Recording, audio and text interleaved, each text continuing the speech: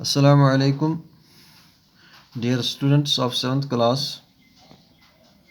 Today I am going to teach you the second poem, Trees, which is written by Josie Kilmer.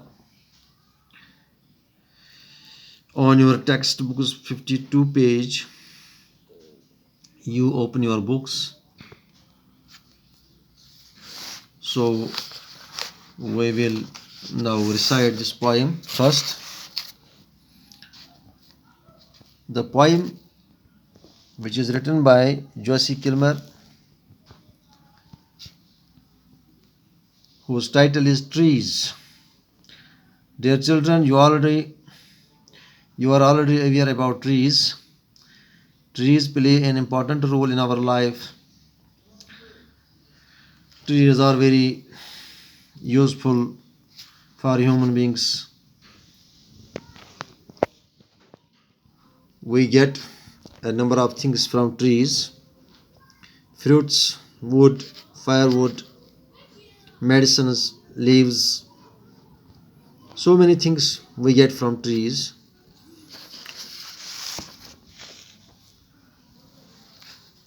Then we will